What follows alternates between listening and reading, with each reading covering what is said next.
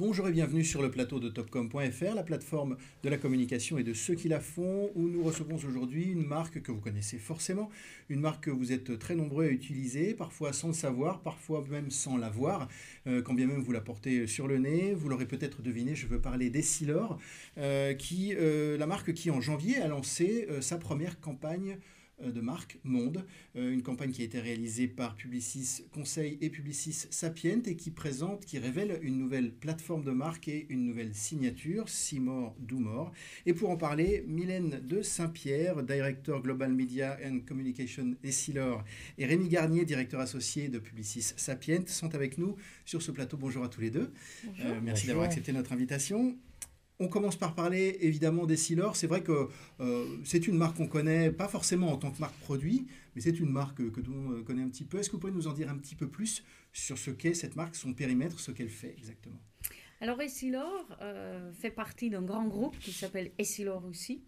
Essilor est une marque qui jusqu'alors était très très discrète, mais qui avait fait des grandes innovations qui sont un peu plus connues comme Varilux et d'autres produits que les gens en effet portent sur leur nez mais sans le savoir ou sans le connaître. Et Essilor, en tant que groupe, on a une mission forte qui est d'améliorer la vie des gens par amélioration de leur vue. Et jusqu'alors, en fait, on était très très discrète sur notre marque phare, qui est la marque Essilor, telle qu'il est distribué en magasin dans le monde entier, dans plus de 100 pays. Et c'était la plus grosse marque, c'était la plus grosse marque parce que c'était la marque historique. Et jusqu'alors, on communiquait au travers des marques produits comme Varilux, qui sont plus des marques B2B que des marques B2C. Et est né quand même le besoin de soutenir les opticiens plus fortement dans leurs recommandations auprès de leurs clients en faisant de la com B2C. D'accord. Donc, la com B2C, chaque marché décidait de communiquer derrière un produit unique. Ça pourrait être l'anti-reflet Chrysal ou ça pourrait être derrière la marque Varilux. Et la difficulté là, c'est que de cet exercice, c'est que plus qu'on innove et on vient avec des nouveautés, plus que ça devient difficile et on risque de se disperser. Du coup, on a voulu créer une marque ombrelle. Et pour ça, on avait fait appel à un Publicis. On avait organisé un appel d'offres.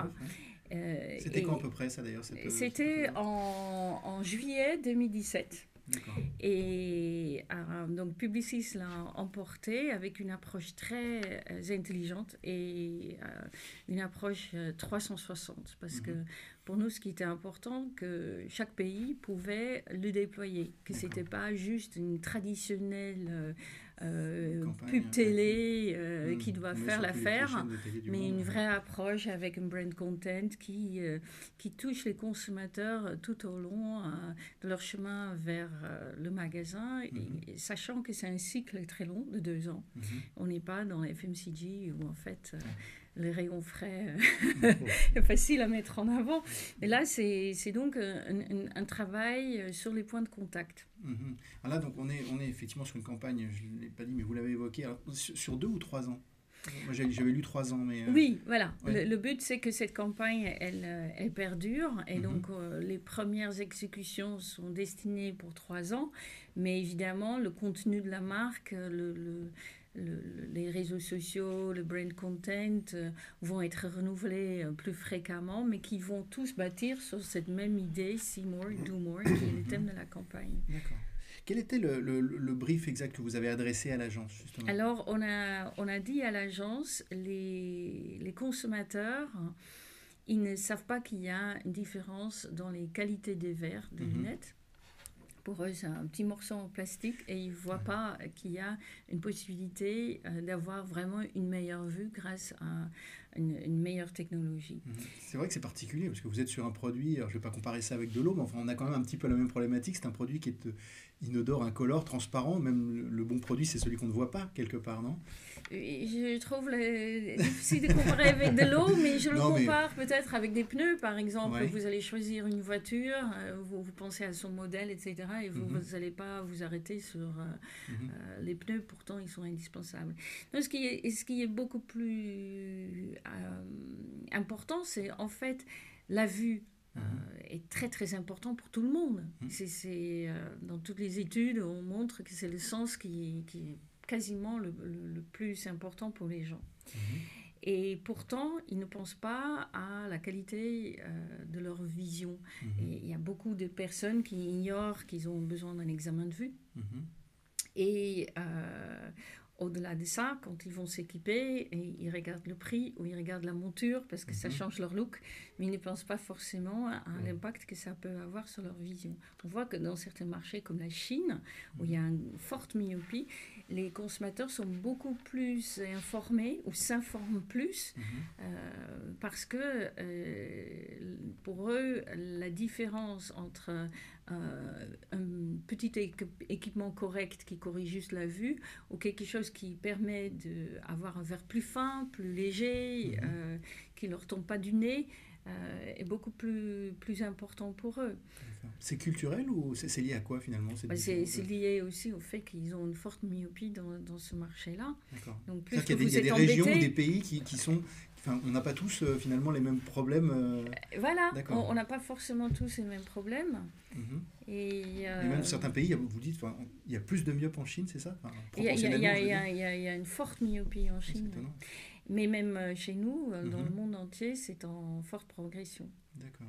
Et justement, en prenant la parole en tant qu'Essilor, ça nous permet de parler d'un ensemble de sujets, non seulement nos produits innovations, mais aussi des solutions qu'on peut offrir en général ou d'informer le grand public sur des démarches importantes comme amener plus souvent son enfant à un examen de vue. Mais c'est vrai qu'il y a comme disait Mylène, il y a un peu le paradoxe de la marque qui est un peu invisible et qui pourtant apporte un bénéfice parfois incommensurable pour certaines personnes puisqu'elle soigne, ça change la vie, elle change la vie, elle permet aux gens de voir. Et puis c'est aussi, les gens aussi ont une manière différente maintenant de consommer. Il y a des choses qui se transforment, la manière dont les gens vont choisir. En Chine, les gens sont assez avancés dans leur façon, effectivement, de se renseigner, d'être informés, etc., sur ces différentes technologies. Mais c'est aussi des tendances qui sont en forte croissance sur plein de marchés en Europe ou aux États-Unis. Et c'est vrai qu'aujourd'hui, Essilor fait un mouvement à un excellent moment en devenant comme ça une marque qui va s'adresser directement aux consommateurs, finalement pour redonner une capacité à être préféré dans un contexte où finalement c'était plutôt l'opticien dans beaucoup de marchés qui avait la main, ou l'optométriste ou l'ophtalmologiste. Donc les verres n'étaient pas du tout un sujet, c'était un sujet de pathologie et pas un sujet de produit. Et donc en fait ce mouvement de cette communication va permettre à Essilor aujourd'hui de ramener au devant des consommateurs la question de je choisis le bon verre avec la bonne technologie parce que je vais pouvoir vivre mieux, elle va solutionner des tas de problèmes. Et donc c'est un enjeu très important dans un marché qui est de plus en plus concurrentiel forcément, et sur les différents marchés, de pouvoir comme ça proposer un certain nombre de technologies qu'on peut combiner également de manière à vraiment être à côté de l'opticien, une capacité à prescrire ou en tout cas à conseiller aux consommateurs de choisir des verres Essilor. Parce que le consommateur, il veut un choix guidé.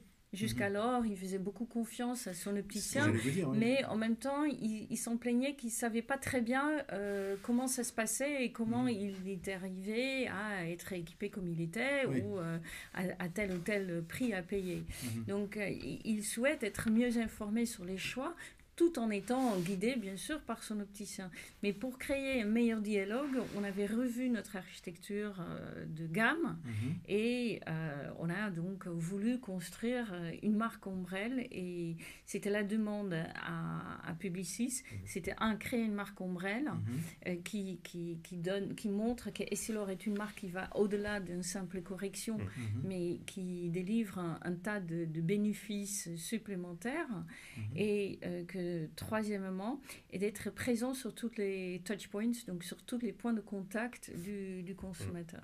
C'est un point clé, l'idée de dire que les verres vont permettre d'aller au-delà d'une simple correction, parce que effectivement, si vous ne parlez que de pathologie dans ce marché, vous n'allez être qu'une commodité avec une jolie monture, et que le consommateur va vraiment se focaliser sur les éléments de look liés à la monture. Donc comment faire en sorte de sensibiliser les gens au fait que, au-delà du soin à cette pathologie que délivre Essilor, sur les réglages, finalement les éléments chiffrés du médecin spécialiste ophtalmologiste, c'est avec un certain nombre de technologies qui vont rendre la vie meilleure, permettre de dépasser ses limites dans ses passions, permettre d'un certain confort au travail, etc. etc. Donc c'est une chose assez subtile, mais qu'on va finalement amener dans un territoire de communication qui va permettre aux gens de se projeter beaucoup plus dans ce qui les concerne et dans ce qui vont être leurs bénéfices au quotidien. D'accord. Ce que je vous propose, c'est qu'on va regarder justement une des expressions, une des réponses en tout cas de l'agence, qui est le film Manifesto. On regarde, on se retrouve, on en parle juste après. I have a vision correction number. But I'm more than a number. I am a rapidly focusing, sharp, detail-seizing champion of courses. I'm more than a number. I'm a screen-protected, vision-relaxed king of my digital world. I'm more than a number. I'm a crystal clear catcher of the perfect image.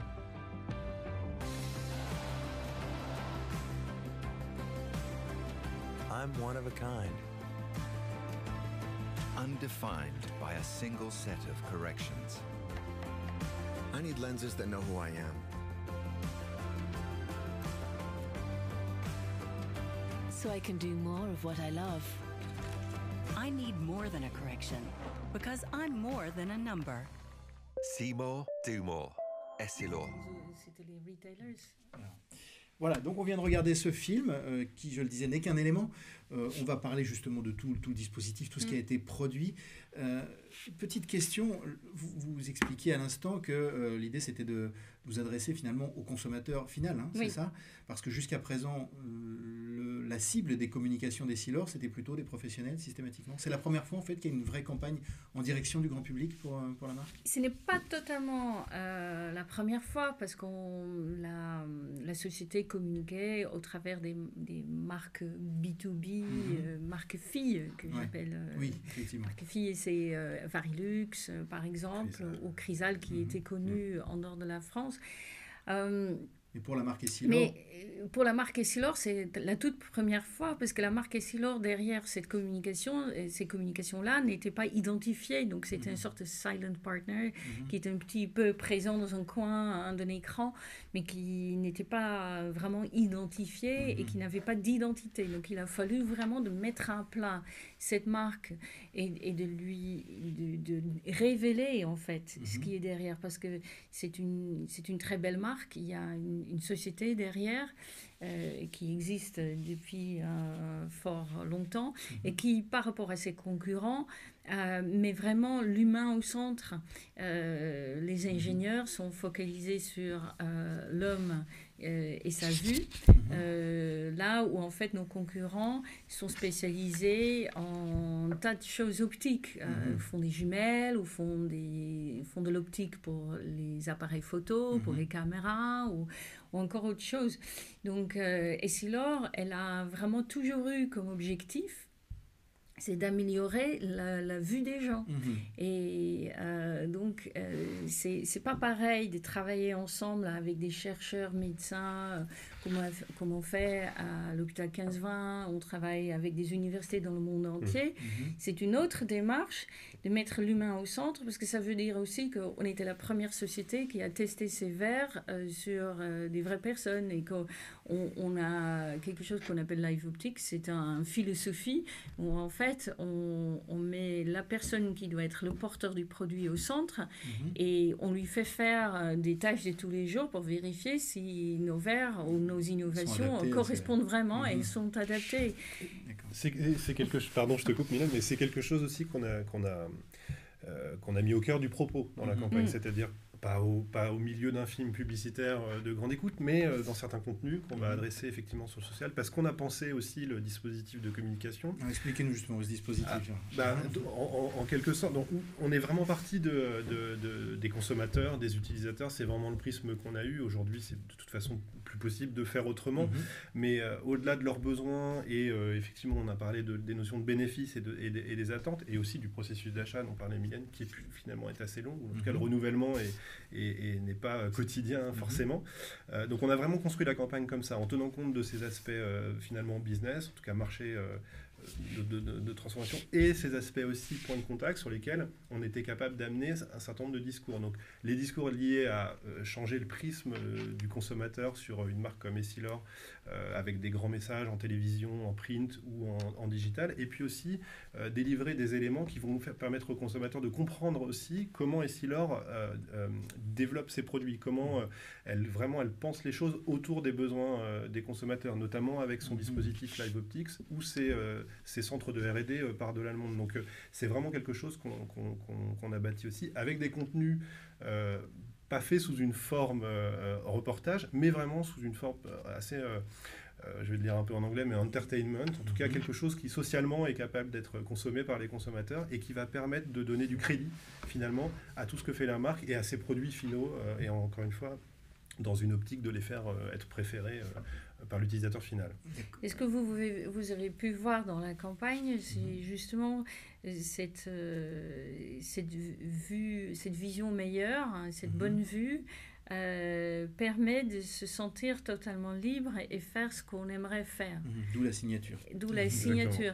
Et c'est très très important parce que nos solutions s'adaptent réellement aux besoins des gens. C'est pas juste leur correction, mais c'est aussi leurs circonstances de vie, les choses qu'ils aiment faire, ils peuvent le faire grâce à cette vision meilleure.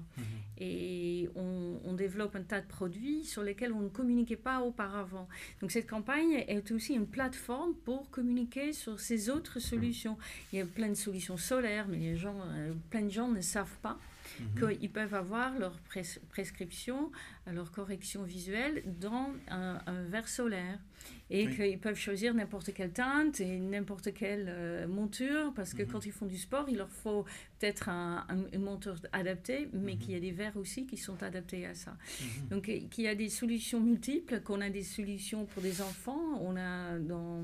En Asie, on a des produits qui sont adaptés aux enfants pour que la progression de leur myopie soit moins rapide. Donc on peut ralentir l'évolution de la myopie. Et ce sont des sujets sur lesquels on communiquait pas auparavant, mais sur lesquels on peut communiquer grâce à cette campagne. Donc du coup, au lieu de s'adresser uniquement aux presbytes, par exemple, les personnes de plus de 40 ans, c'est un choix que faisait auparavant un marché. Là, en fait, il y a une possibilité de s'adresser à tous. D'accord. Ça veut dire, il y a un nombre de supports et de formats énormes, j'imagine, non ? Comment ça se passe ? Parce qu'alors, campagne mondiale, sujets multiples, on va dire. Oui, sujets multiples et solutions multiples et aussi stratégies médias multiples et budgets multiples, parce qu'on a des marchés pour qui, en fait, le in-store est le plus important en termes de dépenses. Donc chaque pays va gérer. Et deuxièmement, le digital. Donc chacun va gérer. Et quand on est sur un marché comme l'Asie, plus personne communique à la télé. C'est du has-been pour eux. Et tout le monde est sur le mobile, tandis que dans le vieux monde, une campagne télé reste toujours très important. Je dirais qu'en fait, on a bâti le dispositif effectivement avec cet aspect stratégique du lancement d'une marque Essilor, de ses solutions de vision différentes, avec la capacité à déployer ça sur énormément de touchpoints selon effectivement les pays. Donc l'enjeu pour nous avec Mylène, c'était d'arriver à proposer aux différents marchés la capacité à jouer avec cet ensemble de contenus pour coller au mieux aux problématiques locales au sens des touchpoints de communication et des endroits qui ont plus de sens pour les consommateurs ou les endroits les plus pertinents pour finalement les toucher selon l'endroit où ils se situent dans leur purchase funnel personnel d'un achat de verre, de lunettes. Voilà, donc on a vraiment à la fois des contenus qui sont, je dis contenus au sens, ça peut être des films de télé ou comme des bannières digitales, vraiment l'ensemble du dispositif est capable comme ça de s'adapter aux spécificités de chacun des marchés des sealers. Oui, donc chaque marché peut activer et ça c'était très important pour nous. Et aussi, jusqu'alors, les consommateurs étaient confrontés à des communications sur le prix.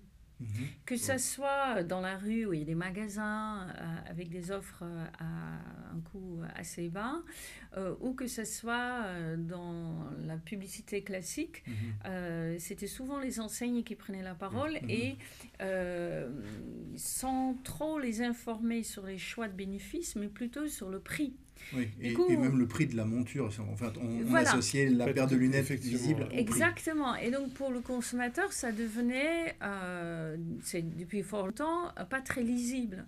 Et on a donc voulu vraiment montrer la valeur ajoutée d'un bon équipement et la bonne vision. Parce qu'une bonne vision, ça améliore carrément votre vie. C'est clair, très bien.